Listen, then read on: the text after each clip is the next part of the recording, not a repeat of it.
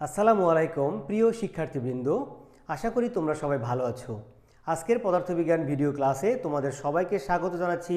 আমি মোহাম্মদ শফিকুল ইসলাম তুষার। আজকে আমরা পদার্থবিজ্ঞান প্রথম পত্র বিষয়ের অষ্টম অধ্যায় অর্থাৎ পর্যায়বৃত্তিক গতি থেকে আলোচনা করব। আমাদের আজকের আলোচ্য বিষয় সরল দোলক। তোমরা যে যেখান থেকে আজকের এই ক্লাসটি দেখছো, তোমাদের সবাইকে অনেক অনেক প্রীতি এবং শুভেচ্ছা জানিয়ে আজকের ক্লাসটি শুরু করছি। প্রথমে আমরা আলোচনা করব সরল দোলক নিয়ে।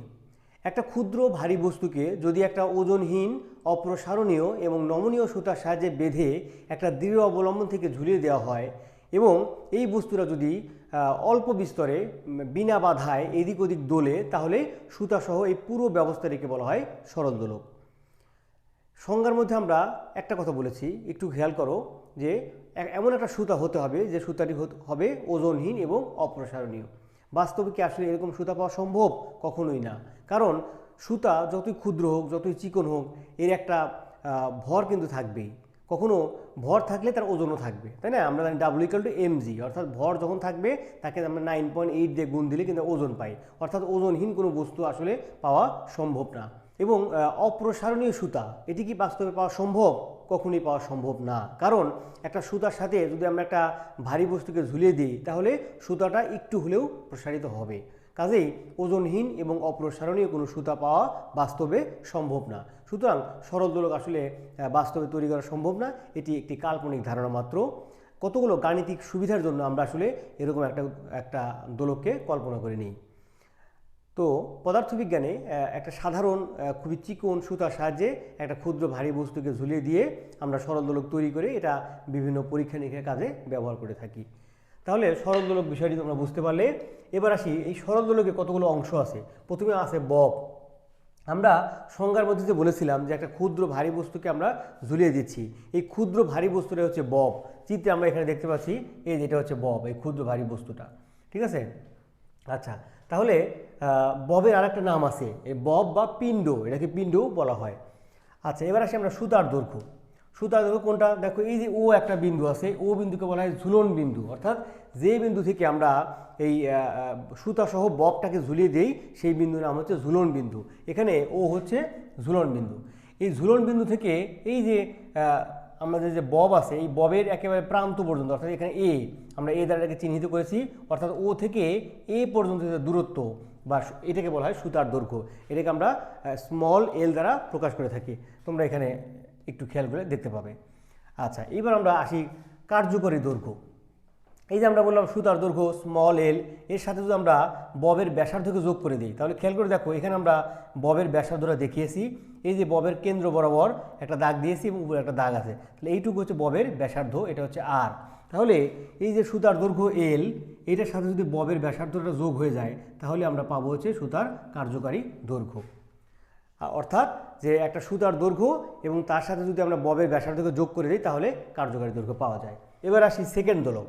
যে দোলকের দোলনকাল 2 সেকেন্ড, তাকে বলা হয় সেকেন্ড দোলক। সহজ কথা, যে দোলনকাল 2 সেকেন্ড। দোলনকালটা কি? দোলনকালটা হচ্ছে এই যে বব বা পিণ্ড, এটাকে যদি আমরা, এটির প্রকৃত অবস্থান হচ্ছে এ। এখানে 3টি দেখা যাচ্ছে, আসলে কিন্তু এটা 3টা না, বব কিন্তু একটা। এর 3টি অবস্থান আমরা এখানে দেখিয়েছি। তো এই ববের যে আদি অবস্থান, এটা হচ্ছে এ। আমরা যদি এটাকে হাত দিয়ে ধরে এইখানে বি বিন্দুতে এনে যদি ছেড়ে দিই, তাহলে বস্তুটা কী হবে? এদিক ওদিক দুলবে, তাই না? তাহলে এই যে ববটা যদি বি থেকে সিতে যায়, আবার সি থেকে বিতে ফিরে আসে, তাহলে বলা হবে একটা দোলন। এবং এখানে যে টাইমটা লাগবে তাকে বলা হয় দোলনকাল। তাহলে আমরা বলেছি সেকেন্ড দোলক, অর্থাৎ যে দোলকের দোলনকাল 2 সেকেন্ড, তাকে বলা হয় সেকেন্ড দোলক। অর্থাৎ এই দোলকটাকে যেতে লাগবে 1 সেকেন্ড, আসতে লাগবে 1 সেকেন্ড, অর্থাৎ যাওয়া আসা মিলে টাইম লাগবে 2 সেকেন্ড। এইরকম একটা দোলককে আমরা বলি সেকেন্ড দোলক। এবার আমরা আসি পরবর্তী টপিকস নিয়ে। সরল দোলকের কতগুলো সূত্র আছে সেটা নিয়ে। সরল দোলকের মোট 4টা সূত্র। তবে একটা বিষয় খেয়াল রাখতে হবে, এই 4টা সূত্র আমরা যখন লিখব বা এগুলো নিয়ে আলোচনা করব, তার একটা শর্ত আছে। শর্তটা হচ্ছে কৌণিক বিস্তার 4 ডিগ্রির বেশি হওয়া চলবে না। কৌণিক বিস্তার 4 ডিগ্রির বেশি হওয়া চলবে না। কৌণিক বিস্তারটা কি, এটা আমাদের বুঝতে হবে। দেখো, আমরা বলেছিলাম যে এ হচ্ছে ববের প্রকৃত অবস্থান। তাহলে এ থেকে আমরা এই ববটাকে এখানে টেনে এখানে ছেড়ে দিলাম। তাহলে এই যে ববটাকে আমরা এ থেকে বিতে আনলাম, তাহলে এখানে একটা কোণ তৈরি হলো, অর্থাৎ কত কোণে এটাকে আমরা সরিয়ে আনলাম। এই কোণটাই হচ্ছে এখানে আমাদের কি কৌণিক বিস্তার। এই কৌণিক বিস্তার থিটা, এই থিটা কী হতে হবে, 4 ডিগ্রির বেশি হওয়া চলবে না, অর্থাৎ 4 ডিগ্রির সমান হলেও হবে এবং 4 ডিগ্রির কম হলেও হবে। তবে সাধারণত আমরা যে পরীক্ষাগারে যে দোলক ব্যবহার করি সেখানে সাধারণত এই কৌণিক বিস্তারকে 3 ডিগ্রিতে রাখা হয়, তাহলে আমাদের হিসাবের ক্ষেত্রে সুবিধা হয়। ঠিক আছে, তাহলে সরল দোলকের 4টা সূত্রের একটা শর্ত হচ্ছে কৌণিক বিস্তার 4 ডিগ্রির বেশি হওয়া চলবে না। এবার আসি আমরা প্রথম সূত্রে। প্রথম সূত্রের নাম হচ্ছে কি, সমকাল সূত্র। নাম শুনে বোঝা যাচ্ছে সমকাল, অর্থাৎ সময়ের কোনো পরিবর্তন নেই এরকম একটা সূত্র এই সূত্রের মধ্যে বলা হয়েছে। তাহলে সূত্রটা কেমন, কৌণিক বিস্তার যদি 4 ডিগ্রির মধ্যে থাকে এবং দোলকের কার্যকারী দৈর্ঘ্য যদি অপরিবর্তিত থাকে তাহলে একটা দোলকের প্রত্যেকটি দোলনের জন্য সমান সময় লাগবে। ঠিক আছে, অর্থাৎ প্রতিটা দোলকেরই পর্যায়কাল একই থাকবে। এটা হলো প্রথম সূত্র। এবার আমরা সেই দ্বিতীয় সূত্র বা দৈর্ঘ্যের সূত্র। যদি একটা সরল দোলকের কৌণিক বিস্তার 4 ডিগ্রির মধ্যে থাকে এবং অভিকর্ষ ত্বরণ জি যদি ধ্রুবক থাকে তাহলে একটা সরল দোলকের দোলনকাল তার কার্যকারী দৈর্ঘ্যের বর্গমূলের সমানুপাতিক হয়। এটি হচ্ছে দ্বিতীয় সূত্রের গাণিতিক রূপ। তাহলে এখান থেকে আমরা কিন্তু সহজেই সূত্রটা আবার বলতে পারি যে একটা সরল দোলকের যদি অভিকর্ষ ত্বরণ জি যদি স্থির থাকে এবং কৌণিক বিস্তার যদি 4 ডিগ্রির মধ্যে থাকে তাহলে দোলকটির দোলনকাল তার কার্যকারী দৈর্ঘ্যের বর্গমূলের সমানুপাতিক। এবার আমরা আসি তৃতীয় সূত্র। তৃতীয় সূত্র বলা আছে এখানে, দেখো ত্বরণের সূত্র। এই ত্বরণটা হচ্ছে অভিকর্ষ ত্বরণ জি। উল্লেখ্য এখানে কিন্তু এই ক্ষেত্রে কিন্তু অভিকর্ষ ত্বরণ জিটা ধ্রুব, অর্থাৎ দ্বিতীয় সূত্রের বেলায় এটা কিন্তু ধ্রুব। আচ্ছা, তৃতীয় সূত্রে বলা হয়েছে যে একটা সরল দোলকের কার্যকারী দৈর্ঘ্য যদি অপরিবর্তিত থাকে এবং দোলনকাল যদি 4 ডিগ্রির মধ্যে থাকে তাহলে এই দোলকটির দোলনকাল অভিকর্ষ ত্বরণ জি এর বর্গমূলের ব্যস্তানুপাতিক। অর্থাৎ দোলনকাল জি এর উপর নির্ভর করে, অর্থাৎ জি যদি বাড়ে তাহলে দোলনকাল কমবে, জি যদি কমে তাহলে দোলনকাল বাড়বে। এই ক্ষেত্রে কিন্তু এলটা কিন্তু ধ্রুব। ওকে, এবার আমরা আসি 3 নম্বর সূত্র। 3 নম্বর সূত্রে বলা হয়েছে ভরের সূত্র। দেখো এখানে ভরের সূত্র। এবার আমরা আসি 4 নম্বর সূত্র। 4 নম্বর সূত্রটি হচ্ছে কি, ভরের সূত্র। কোনো একটা সরল দোলকের কৌণিক বিস্তার 4 ডিগ্রির মধ্যে থাকলে এবং দোলকের কার্যকারী দৈর্ঘ্য অপরিবর্তিত থাকলে তাহলে এই দোলকটির দোলনকাল তার ববের ভর, ববের ব্যাসার্ধ বা ববের উপাদানের উপর নির্ভর করে না। অর্থাৎ ববের আকার আকৃতি বা উপাদান যাই হোক না কেন সবসময় কী থাকবে, দোলনকাল একই থাকবে। এই হলো সরল দোলকের 4টা সূত্র। তার মধ্যে আমরা দেখলাম যে প্রথম এবং চতুর্থ যে সূত্রটা অর্থাৎ ফার্স্ট অ্যান্ড লাস্ট, এই দুইটা সূত্রের কোনো গাণিতিক রূপ নেই। তবে সেকেন্ড এবং থার্ড ল এই দুইটার কিন্তু গাণিতিক রূপ আছে, আমরা এখানে লিখেছি।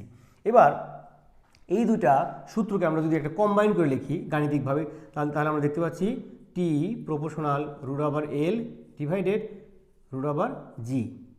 ওকে, আমরা এটাকে আমরা জানি যে এখানে একটা এই চিহ্নটা উঠে গেলে একটা কী বসে, একটা ধ্রুবক বসে, সমানুপাতিক ধ্রুবক, এই যে কে, তাহলে রুট ওভার এল বাই জি।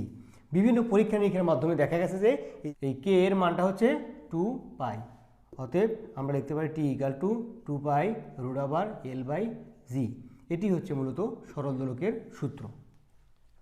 আশা করি বিষয়টা বুঝেছো। এই সূত্রটা বিভিন্ন গাণিতিক সমস্যার ক্ষেত্রে প্রচুর কাজে লাগবে। সো এটি একটু ভালো করে তোমাদেরকে বুঝতে হবে। আচ্ছা, এইবার আমরা পরবর্তী টপিক্সের দিকে একটু আসবো। এখানে বলা আছে সরল দোলকের ব্যবহার, যেটি খুবই গুরুত্বপূর্ণ। এই কয়েকটি টপিক্স এবং তোমাদের যে সৃজনশীল আছে এর জন্য খুবই গুরুত্বপূর্ণ। শুধু সৃজনশীল নয়, সাথে সাথে অনুধাবনমূলক প্রশ্নের জন্য এগুলো অনেক গুরুত্বপূর্ণ। ঠিক আছে, তাহলে আমরা সরল দোলকের ব্যবহারের ক্ষেত্রে প্রথমেই দেখতে পাচ্ছি যে অভিকর্ষ ত্বরণ জি নির্ণয়। অর্থাৎ সরল দোলক ব্যবহার করে আমরা কিন্তু অভিকর্ষ ত্বরণ জি নির্ণয় করতে পারি। এটি কীভাবে নির্ণয় করতে পারি চলো আমরা এবার দেখি। তাহলে এই যে আমরা একটা সূত্র পেলাম, এই সূত্রটাকে আমরা যদি স্কোয়ার করি তাহলে দেখো কি হয়, 4 পাই স্কোয়ার, এখানে এল নিচে কিন্তু জি পাওয়া যাচ্ছে, বা জি ইকাল টু আমরা কী পাবো, 4 পাই স্কোয়ার এল ডিভাইডেড টি স্কোয়ার। তাহলে দেখো 2 নম্বর সমীকরণ। এই সমীকরণটার সাহায্যে আমরা সহজেই কোনো একটা স্থানের অভিকর্ষ ত্বরণ জি নির্ণয় করতে পারি যদি আমাদেরকে কার্যকারী দৈর্ঘ্য এল এবং দোলনকাল টি জানা থাকে। অর্থাৎ একটা সরল দোলকের প্রথমে আমরা কী করবো, কার্যকারী দৈর্ঘ্যটা মেপে নেব এবং এটার দোলনকালটা নির্ণয় করে নেব। তাহলে সেই সরল দোলকের সাহায্যে যে কোনো স্থানে আমরা খুব সহজেই অভিকর্ষ ত্বরণ জি নির্ণয় করতে পারবো। এবার আমরা পরবর্তী ব্যবহার দেখব পাহাড়ের উচ্চতা নির্ণয়। পাহাড়ের উচ্চতা নির্ণয় অর্থাৎ সরল দোলকের সাহায্যে খুব সহজেই পাহাড়ের উচ্চতা নির্ণয় করা যায়। কিভাবে নির্ণয় করা যায় সেটি আমরা এবার দেখব। আমরা ধরি যে পাহাড়ের পাদদেশে অর্থাৎ ভূমি বরাবর অভিকর্ষ ত্বরণ জি এবং পাহাড়ের উপরে অর্থাৎ এইচ উচ্চতায় অভিকর্ষ ত্বরণ হচ্ছে জি প্রাইম। আমরা কিন্তু জানি যে জি এর একটা সূত্র আছে, G equal to GM by R square. আচ্ছা, এই সূত্রটা আমরা লিখেছি। এখানে আমরা জানি যে জি হচ্ছে মহাকর্ষীয় ধ্রুবক, এম হচ্ছে পৃথিবীর ভর এবং আর হচ্ছে পৃথিবীর ব্যাসার্ধ। তাহলে যেহেতু আমরা বলেছি এইচ উচ্চতায় জি প্রাইম, সুতরাং জি প্রাইম সমান আমরা লিখতে পারি GM by R plus H whole square. Okay, এবার আমরা এই জি এবং জি প্রাইমের অনুপাত বের করব। প্রথমে আমরা লিখব জি, তারপর নিচে জি প্রাইম। ওকে, তাহলে জি এর মান হচ্ছে GM by R square into G prime নিচে, যেহেতু সেটা ওটা উল্টে যাবে, সুতরাং আর প্লাস এইচ হোল স্কোয়ারটা উপরে যাচ্ছে এবং জিএমটা নিচে আসছে। জিএম আর জিএম কিন্তু কাটা গেল, তাহলে কি থাকলো দেখো, তাহলে থাকলো G by G prime equal to এখানে আর প্লাস এইচ আর এখানে আছে আর, আমরা দুইটাকে একবারে হোল স্কোয়ার দিয়ে লিখতে পারি, বা G by G prime equal to, দেখো আমরা এটাকে একটু ভেঙে লিখব, R by R plus H by R whole square, বা G by G prime equal to দেখো 1 plus H by R whole square, বা আমরা যদি এখন 1 প্লাস এইচ বাই আর এটা সময় লিখি, দেখো তাহলে এই স্কোয়ারটা এই পাশে রুট হয়ে যায়, তাহলে কি হবে G by G prime root over. ঠিক আছে। আচ্ছা দেখো, তারপরে আমরা যদি এখান থেকে এইচ এর মানটা বের করতে চাচ্ছি, সুতরাং আমরা লিখব কত, H by R equal to, তাহলে আমরা এখানে কী পাচ্ছি, আমরা পাচ্ছি root over G by G prime minus 1।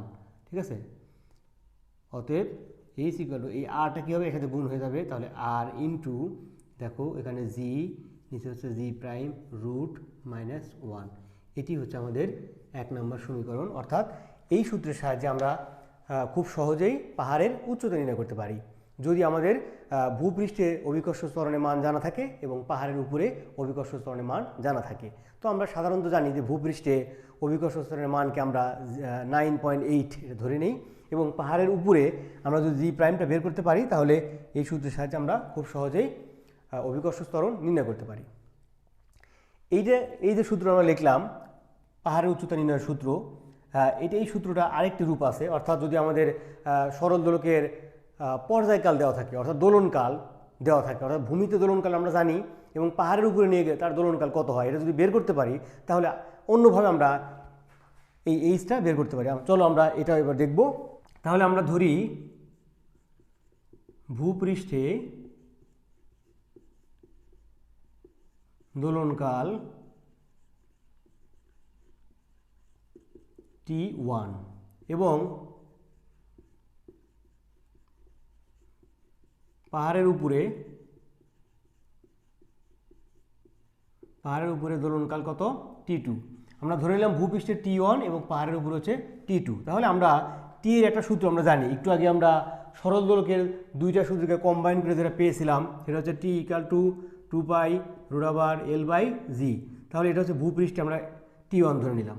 ঠিক আছে, এবার এইচ উচ্চতায়, তাহলে কী হবে, T2 equal to 2 pi root over L by G prime, কারণ আমরা জানি যে এইচ উচ্চতায় আমরা অভিকর্ষ ত্বরণ হচ্ছে জি প্রাইম। ওকে, এবার আমরা কী করব, এই দুইটা সমীকরণকে আমরা ভাগ দিব। দেখো T2 বাই T1। ওকে, তাহলে T2 আগে রেখে আমরা, T2 কি আছে, 2 pi root over L by জি, নিচে কি আছে 2 পাই, T2 হচ্ছে, সরি এখানে একটা প্রাইম আছে। ওকে, তাহলে এল বাই জি, দেখো ওকে, এই 2 পাই কাটা যাচ্ছে, তাহলে T2 by T1 equal to কী থাকে, এখানে উপরে থাকে এল বাই জি প্রাইম, এবং এই জিনিসটা কিন্তু এটা রুট ওভারের মধ্যে আছে, এইটা কিন্তু উপরে উঠে গেলে কি হয়, উল্টে যায় জিনিসটা, সুতরাং জিটা আগে যাচ্ছে, এলটা নিচে আসছে। ওকে, এল এবং এল কাটা যাচ্ছে, অতএব আমরা এখান থেকে একটা জিনিস পাচ্ছি, T2 by T1 equal to কী পাচ্ছি, জি বাই জি প্রাইম, এটা আমরা পেলাম। তাহলে এই যে মানটি আমরা পেলাম, এই মানটা যদি আমরা 1 নম্বর সমীকরণে বসিয়ে দিই, এখানে কিন্তু root over G by G prime আছে, তাহলে এখানে যদি বসিয়ে দিই তাহলে কী হবে, তাহলে দেখো 1 নং সমীকরণ থেকে আমরা পাচ্ছি H equal to R into, তাহলে এটার পরিবর্তে আমরা কী বসাবো, আমরা বসাবো T2 বাই T1 মাইনাস 1। তাহলে দেখো এটা হচ্ছে 2 নম্বর সমীকরণ। এই যে আমরা সমীকরণ 1 এবং 2 পেলাম, এই দুটো সূত্রের সাহায্যে খুব সহজে আমরা পাহাড়ের উচ্চতা নির্ণয় করতে পারবো। আশা করি বিষয়টা বুঝেছো। এখান থেকে প্রচুর পরিমাণ সৃজনশীল আসে, সুতরাং এই দুটো সূত্র তোমাদেরকে ভালো করে আয়ত্ত করতে হবে। এর পরবর্তী টপিক হচ্ছে সময় নির্ণয়। অর্থাৎ দোলক ঘড়ির সাহায্যে আমরা খুব সহজেই সময় নির্ণয় করতে পারি। দোলক ঘড়ি অর্থাৎ সরল দোলক ব্যবহার করে আমরা এক ধরনের বিশেষ ঘড়ি তৈরি করি, তার নাম হচ্ছে দোলক ঘড়ি। এই ঘড়িটার একটা বিশেষ বৈশিষ্ট্য, সেটা হচ্ছে যখন সে বি থেকে সিতে যাবে তার 1 সেকেন্ড সময় লাগবে, আবার সি থেকে যখন বিতে আসবে 1 সেকেন্ড সময় লাগবে। অর্থাৎ এটি এক ধরনের সেকেন্ড দোলক। এই সেকেন্ড দোলক ব্যবহার করে আমরা সহজেই কী করতে পারি, একটা দোলক ঘড়ি নির্ণয় করতে পারি, একটা দোলক ঘড়ি তৈরি করতে পারি, এবং এই দোলক ঘড়ির সাহায্যে খুব সহজেই সময় নির্ণয় করা যায়। তাহলে কীভাবে আমরা সময় নির্ণয় করব? এর দুইটা কন্ডিশন আছে। একটা হচ্ছে এই দোলক ঘড়িটা যদি n সেকেন্ড স্লো চলে, অর্থাৎ কোনো ঘড়ি আমরা জানি যে স্লো চলে, এরকম দোলক ঘড়ি যদি ধীরে চলে তাহলে সময় কেমন হবে, আর যদি দ্রুত চলে তাহলে সময় কেমন হবে। চলো আমরা এবার একটু দেখে আসি। তাহলে আমরা জানি যে একদিন সমান কত, ৮৬,৪০০ সেকেন্ড। এটা হচ্ছে আমরা জানি একদিন ৮৬,৪০০ সেকেন্ড। এখন আমরা বললাম যে যদি n সেকেন্ড ধীরে চলে, কোনো একটা দোলক যদি n সেকেন্ড কী হয়, ধীরে চলে, তাহলে কি ঘটনা ঘটবে? দেখো n সেকেন্ড ধীরে চলবে। ধীরে চলা মানে কি, একটু খেয়াল করে দেখো যে এখান থেকে এখানে যাতে স্বাভাবিকভাবে যে সময়টা লাগে তার চেয়ে আরও বেশি সময় লাগে, অর্থাৎ ধীরে ধীরে চলছে। তার মানে কি, দোলন সংখ্যা কমে যাবে। অর্থাৎ এখান থেকে এখানে যায় যদি বেশি টাইম লাগে তাহলে দোলন সংখ্যা কমে যাবে। দিনের দৈর্ঘ্য তার চেঞ্জ হচ্ছে না, দিনের দৈর্ঘ্য ৮৬,৪০০ সেকেন্ড ওইটাই আছে। তাহলে আমরা কী বলবো, যে আমরা জানি যে সাধারণভাবে একটা দোলক ঘড়ি ৮৬,৪০০ সেকেন্ডে ৮৬,৪০০টা অর্ধদোলন দিবে। কী দিবে? অর্ধদোলন। কারণ আমরা বলেছি যে এটা একটা সেকেন্ড দোলক, আর দোলনকাল হচ্ছে 2 সেকেন্ড। দোলনকাল মানে কি, সে বি থেকে সিতে একবার যাবে, আবার সি থেকে বিতে একবার ফিরে আসবে, এটা হচ্ছে দোলনকাল। সুতরাং শুধুমাত্র বি থেকে সিতে যেতে তার যে সময়টা লাগবে এটা হচ্ছে অর্ধদোলন। তাহলে আমরা কি বুঝতে পারছি, একটা অর্ধদোলনের সময় হচ্ছে 1 সেকেন্ড। সুতরাং একটা সাধারণ সরল দোলক ৮৬,৪০০ সেকেন্ডে ৮৬,৪০০টি অর্ধদোলন দিবে, ঠিক আছে। কিন্তু যেহেতু এই দোলকটি n সেকেন্ড ধীরে চলে, সুতরাং দোলক ঘড়িটি ৮৬,৪০০ বিয়োগ n এতটি কী হয়, অর্ধদোলন দেয়। এতটি অর্ধদোলন দেয় কত সেকেন্ড সময়ে? ৮৬,৪০০ সেকেন্ডে, ঠিক আছে।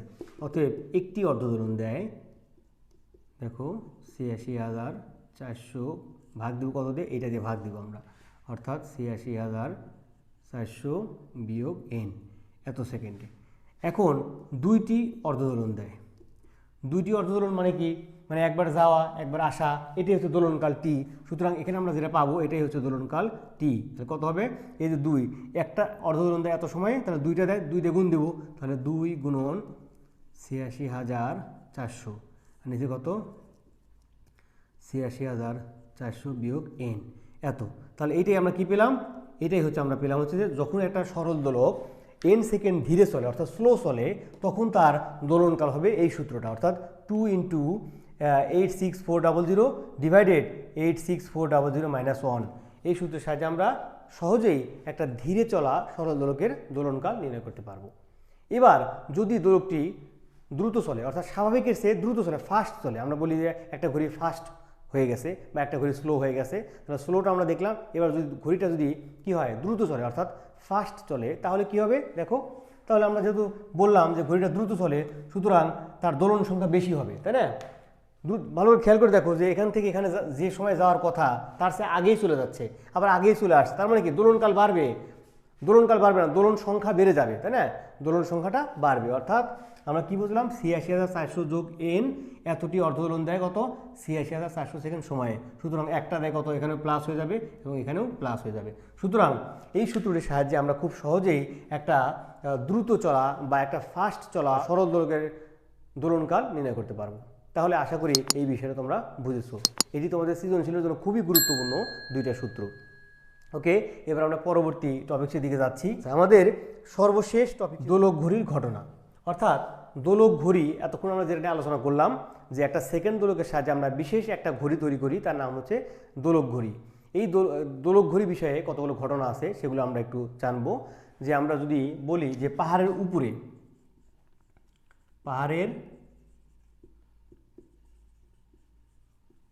উপরে কি ঘটবে, আচ্ছা, আমরা একটু দেখি যে আমরা সাধারণভাবে যে সরল দোলকের সূত্র বলেছিলাম তার মধ্যে 3 নাম্বার যে সূত্রটি ছিল, 3 নাম্বার সূত্র ছিল ত্বরণের সূত্র।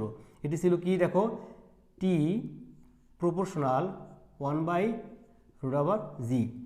এটা আমরা এই সূত্রটা আমরা জেনেছিলাম সরল দোলকের 3 নাম্বার সূত্র থেকে।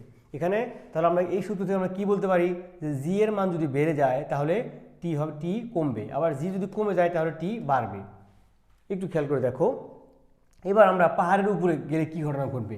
আমরা জানি যে ভূপৃষ্ঠে অভিকর্ষ ত্বরণের মান হচ্ছে সর্বোচ্চ। তুমি এখান থেকে উপরে যাও জি এর মান কমবে, আবার নিচে যাও তবুও জি এর মান কমবে। তাহলে আমরা যদি পাহাড়ের উপরে চলে যাই তাহলে কিন্তু জি এর মান কমে যাচ্ছে, আর জি এর মান যদি কমে যায় তাহলে কী হচ্ছে, টি বেড়ে যাচ্ছে। টি বেড়ে যাওয়া মানে কি, অর্থাৎ এখান থেকে এখানে যেতে স্বাভাবিকভাবে যে সময় লাগে তার চেয়ে কী লাগছে, বেশি সময় লাগছে, অর্থাৎ এটা কি স্লো হয়ে যাচ্ছে, ধীরে ধীরে চলছে, তাই না। সুতরাং আমরা বুঝতে পারছি যে পাহাড়ের উপরে একটা সরল দোলককে নিয়ে গেলে সেটা কী হবে, সেটি স্বাভাবিকের চেয়ে ধীরে চলবে। এটি একটা গুরুত্বপূর্ণ অনুধাবনমূলক প্রশ্ন। আবার আমরা যদি কী করি, পাহাড়ের উপরে এবার আমরা খনির ভিতরে নিয়ে গেলাম, দেখো খনির ভেতরে, তার মানে কি খনির ভেতরেও, অর্থাৎ এটা হচ্ছে ভূপৃষ্ঠ থেকে আরও গভীরে, হ্যাঁ। আমরা তো একটু আগেই বললাম যে ভূপৃষ্ঠ থেকে গভীরে গেলেও কি সরল দোলকের ভূপৃষ্ঠ থেকে গভীরে গেলেও অভিকর্ষ ত্বরণ জি এর মান কমে যায়, আর জি এর মান কমে গেলে কি হয়, টিটা বেড়ে যায়, অর্থাৎ টি বেড়ে গেলে দোলনকাল কি হয়, দোলনকাল বেড়ে যায়। তার মানে কি দোলকটা ধীরে চলে, অর্থাৎ খনির ভেতরে নিয়ে গেলেও একই ঘটনা ঘটে, মানে কি সরল দোলকটা ধীরে চলে। সুতরাং আমরা বুঝতে পারলাম যে একটা সরল দোলককে যদি আমরা পাহাড়ের উপরে নিয়ে যাই বা পাহাড়ের বা ভূপৃষ্ঠের গভীরে নিয়ে যাই, অর্থাৎ ভূপৃষ্ঠ থেকে উপরে যাই বা নিচেই যাই, তাহলে কি হবে, এই দোলকটা ধীরে চলবে। ঠিক আছে, এখানে দুইটাই গুরুত্বপূর্ণ প্রশ্ন। এবার আরেকটি কন্ডিশন আছে, যদি ভূ অভ্যন্তরে বা ভূকেন্দ্রে জি = 0, ভূকেন্দ্রে আমরা সবাই জানি যে পৃথিবীর কেন্দ্রে অভিকর্ষ ত্বরণ জি এর মান কিন্তু 0, তাহলে এই সমীকরণে আমরা যদি জি এর মানটা 0 বসাই তাহলে কি দাঁড়ায়, দেখো তো এখান থেকে আমরা জানি যে একটা ধ্রুবক আসে, আচ্ছা ধ্রুবকটা আমরা দিলাম, তাহলে 1/, এটা কিন্তু 0, তাহলে 1/0 মানে কি, এটা ইনফিনিটি, অর্থাৎ টি = অসীম, অর্থাৎ দোলনকাল কী হবে, দোলনকাল অসীম হয়ে যাবে। দোলনকাল অসীম মানে কি, সময়ের মান অনেক বিশাল, তার মানে কি দোলকটা দুলবেই না। ঠিক আছে, ভূপৃষ্ঠে থেকে আমরা যদি ভূকেন্দ্রে নিয়ে যাই তাহলে এটা কি দোলনকাল, অর্থাৎ দোলকটা দুলবে না, দোলকটা স্থির হয়ে থাকবে। এটিও কিন্তু একটি গুরুত্বপূর্ণ প্রশ্ন। তাহলে আজকে ক্লাসটি খুবই গুরুত্বপূর্ণ, এখান থেকে অনেকগুলো গুরুত্বপূর্ণ প্রশ্ন আমরা পেলাম, সেই সাথে অনেকগুলো সৃজনশীল সমস্যা কিভাবে সমাধান করব তারও আমরা দিক নির্দেশনা পেলাম। তো আশা করি আজকের ক্লাসটি তোমাদের ভালো লেগেছে। পরবর্তী ক্লাসে আসার আমন্ত্রণ জানিয়ে আজকের মতো এখানেই বিদায় নিচ্ছি। সবাই ভালো থাকো, সুস্থ থাকো, সবাইকে অনেক ধন্যবাদ। পরবর্তী আপডেটগুলো পেতে চ্যানেলটি সাবস্ক্রাইব করতে ভুলবে না।